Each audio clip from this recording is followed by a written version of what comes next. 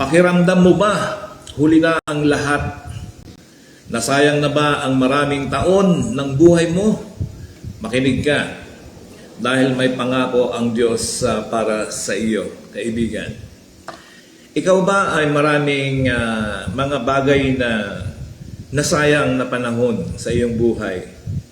At ikaw ba ay nangihinayang sa mga yon? No? Maraming pagkakataon, kung pakiramdam mo ay huli na ang lahat, ang mensaheng ito ay para sa iyo. Magandang umaga, mga minamahal na kaibigan at mga kapatid. Pakiramdam mo ba, huli na ang lahat? Nasayang na ba ang maraming taon ng buhay mo? Makinig ka, dahil may pangako ang Diyos para sa iyo. Ang pagbubulay po natin ay mula po sa Book of Joel 2:25. At ang sabi dito ay, ibabalik ko ang lahat ng nawala sa iyo, ng pinsalain ng katakot-takot na balang ang iyong pananim. Ako ang nagpadala ng hukbong ito laban sa inyo. Magkakaroon kayo ngayon ng saganang pagkain at kayo'y mabubusog. Pupurihin ninyo si Yahweh ang inyong Diyos na gumawa ng mga kahangahangang bagay para sa inyo. Hindi na muling kukutsain ang aking bayan. Yan po ang salita ng Diyos. Ibabalik ko sa inyo ang mga taong kinain ng balang. Ibig sabihin po mga taon na nasayang.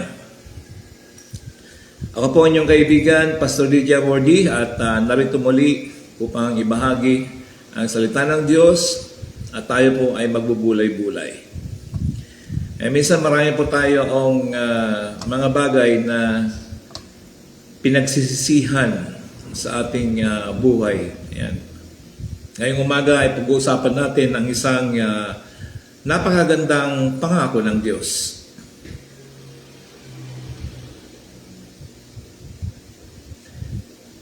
Ibabalik ang Diyos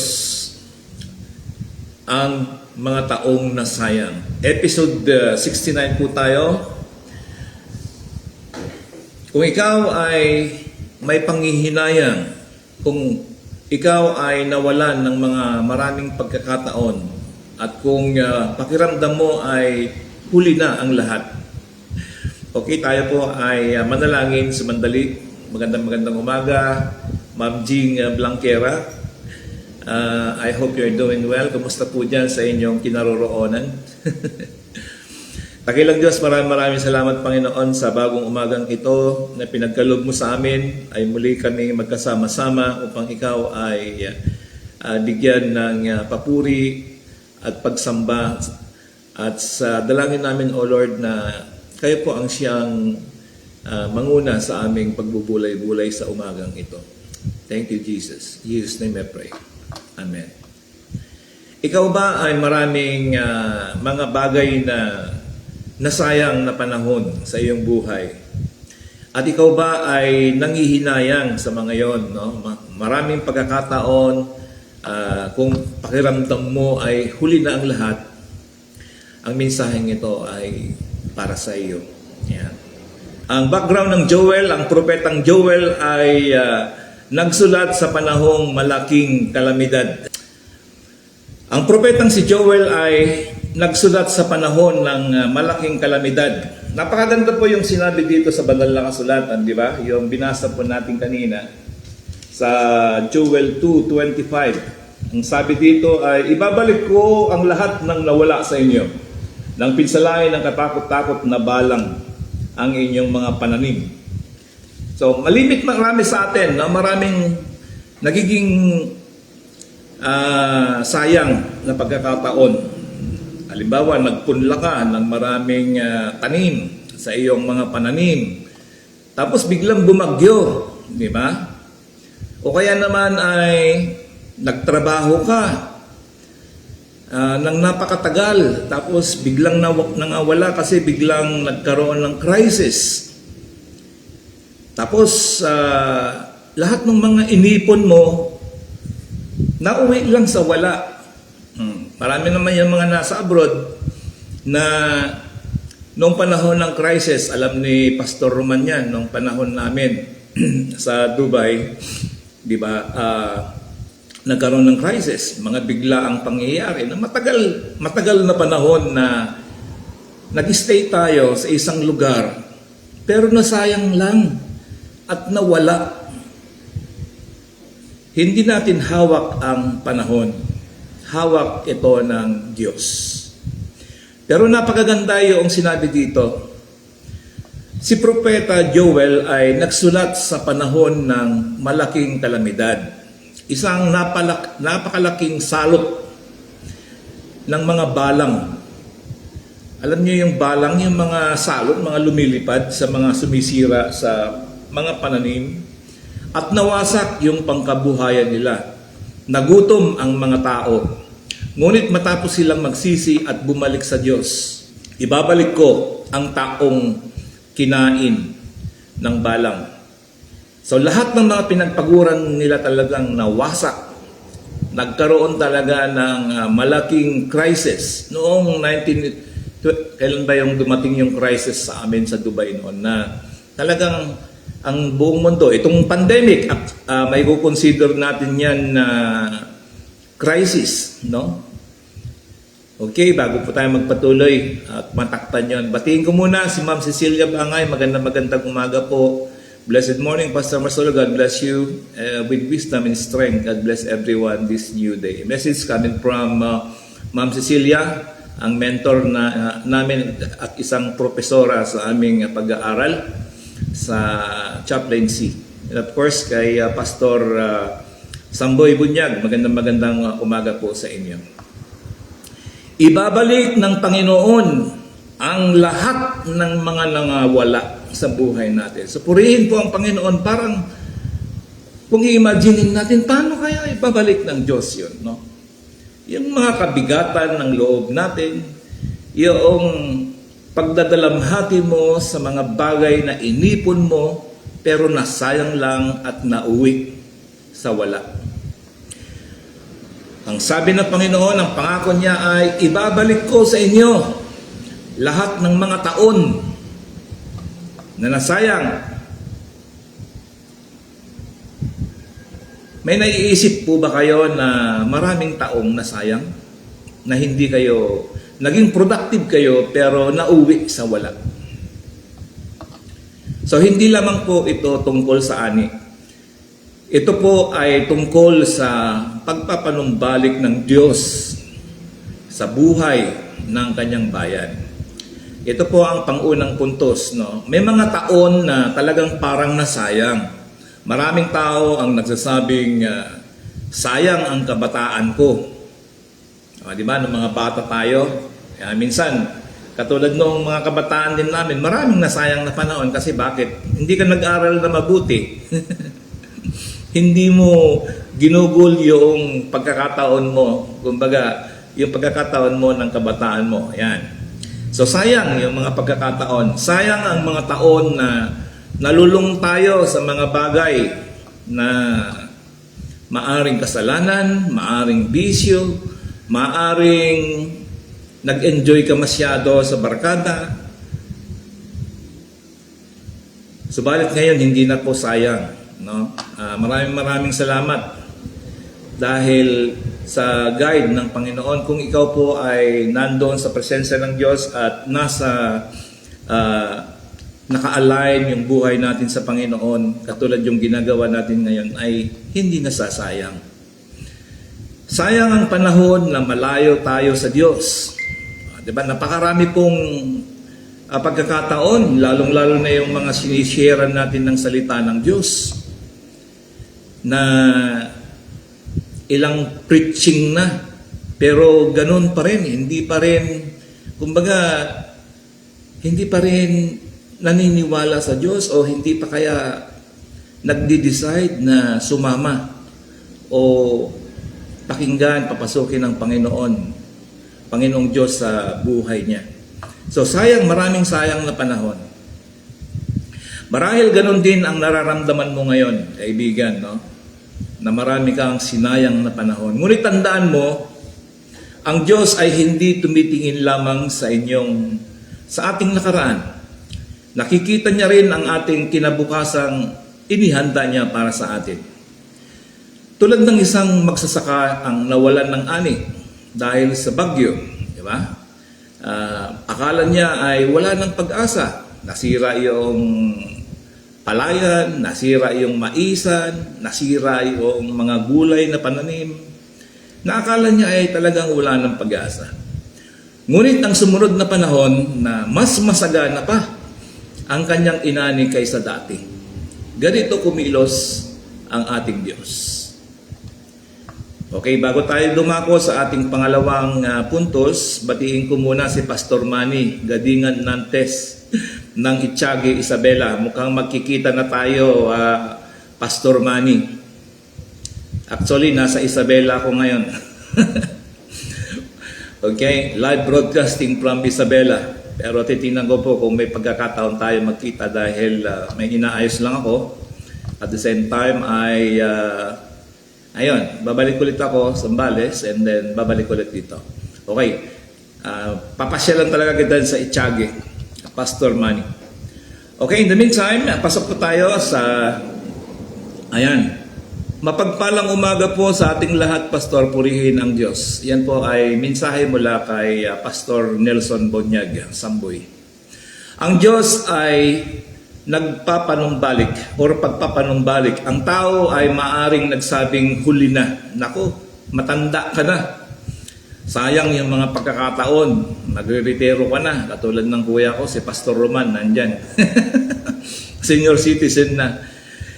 Maraming nasayang na panahon, pero tutuklasin natin at aalamin natin kung paano ibinabalik ng Diyos ang mga nasayang nating pagkakataon. Maaring sabihin ng Diyos na hindi pa ako tapos sa buhay mo. Sabi niya, ang sabi ng Panginoon ay kaya kong ibalik ang pag-asa. Kaya kong ibalik, sabi ng Diyos, ang kapayapaan, ang relasyon, ang paglilingkod, ang kagalakan, ang ating mga pangarap na patuloy na ginagawa natin na maabot yung mga pangarap. Pero may mga pangarap na actually nandyan na eh, hawak-hawak mo na yung pangarap. No? Pero hindi mo alam na ginagawa mo na. Hindi man eksaktong katulad ng dati, pero maaari na itong palitan ng mas mabuti. Ganun po ang ating Diyos. Ayon sa kanyang chapter. Marami pong mga bagay na ihahalin tulad natin. No?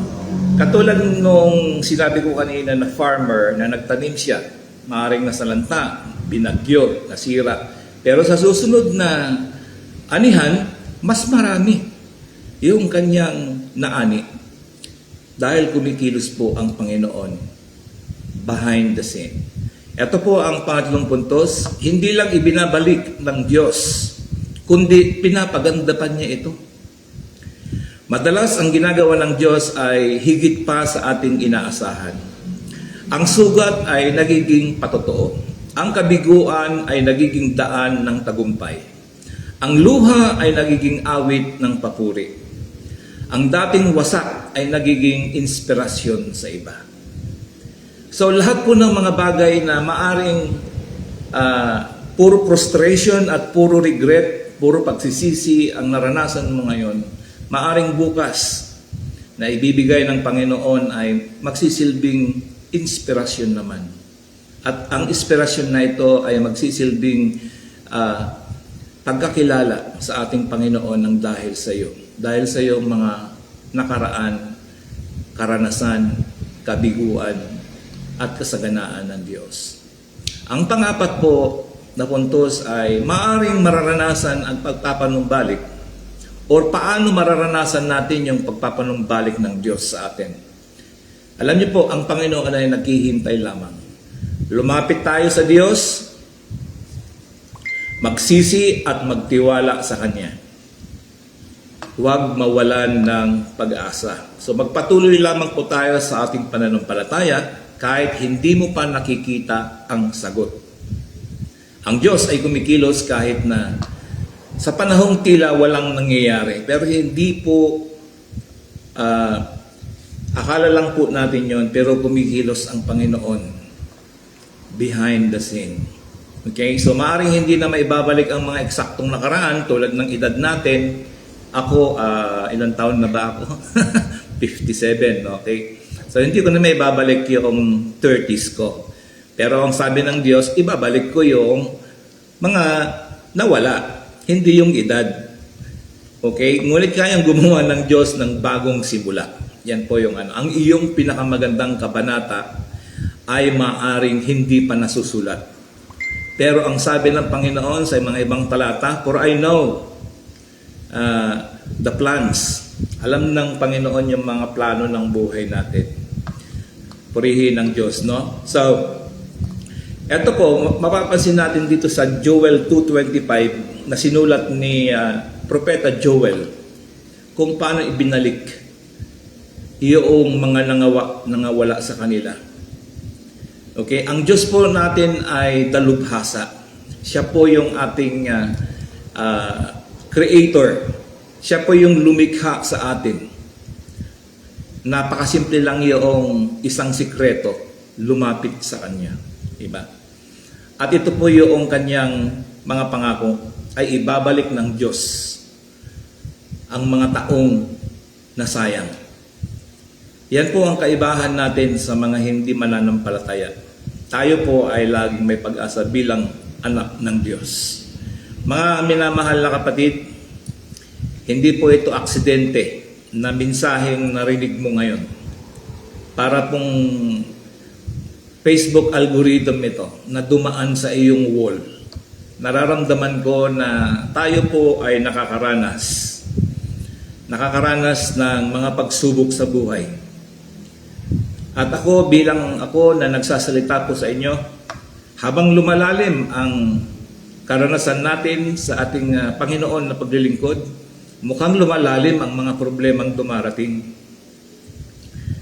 Pero ang sabi ng Panginoon, huwag mong hayaang kontrolin ng iyong nakaraan ang iyong kinabukasan.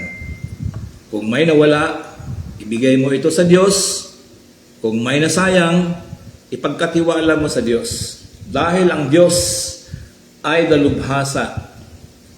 Siya po ang nakakaalam. He is the architect of our life. Mga minamahal na kapatid, maaring ito ang araw ng nais sabihin ng Diyos sa iyo. Anak, hindi pa huli ang lahat. May pag-asa. Katulad ni Pastor Samboy, Nelson Bunyag, hindi ko akalain na ito na classmate ko noon, elementary, ay isa na palang mananampalataya at hindi lang mananampalataya, kundi isang tagapanguna sa eskwelahan. Sa kanyang congregation. O, di ba? Si Pastor Manny Gadingan Nantes ay schoolmate ko naman po yan sa Bible School. And of course, said hello kay Ma'am Lerma Balahadja. Magandang umaga po dyan, Ma'am, sa Zambales. Okay? Gandang umaga, Pastor, at sa lahat ng mga nakikinig sa salita ng Diyos. Purihin ang Panginoon at salamat po sa inyong mensahe.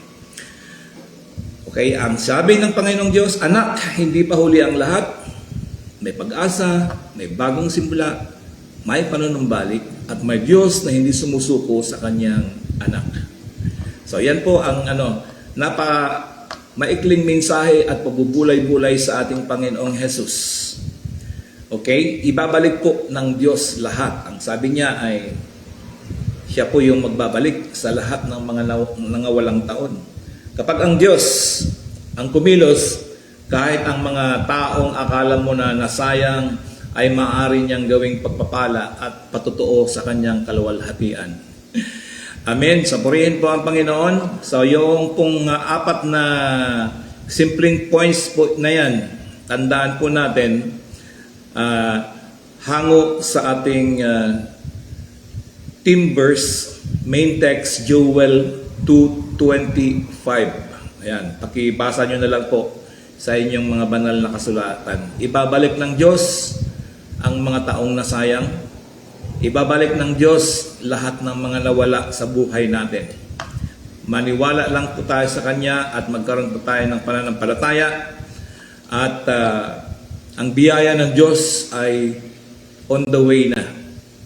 Hihintayin na lang naman natin, no? At kung dumating man, ihanda po natin yung sa ating sarili. Kasi, sabi nga, kung pinag-pray mo yan,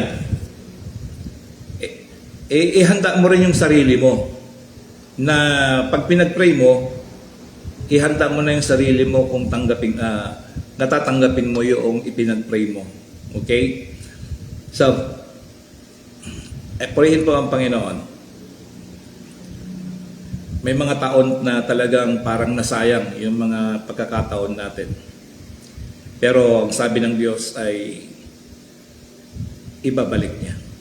Pag-asa, kapayapaan, lahat ng mga bagay, paglilingkod, kagalakan at pangarap. Purihin ng Diyos. So sa umagang ito, maraming salamat po sa inyo mga minamahal na kapatid. Ang salita ng Diyos ay sumasa inyo. Ako po ang inyong kaibigan sa Himpapawid, Pastor DJ Amordi. Sama-sama po ulit tayo sa ating pagbubulay sa araw ng bukas. Okay? Ako po ay naka-direct line lang po sa hindi po sa cellphone, hindi po sa computer main. Nakikita niyo po dito bold na direct sa cellphone lang po talaga. Maraming salamat po. God bless you, mga minamahal na kaibigan, at sumayin niyo ang Diyos sa umagang ito. God bless.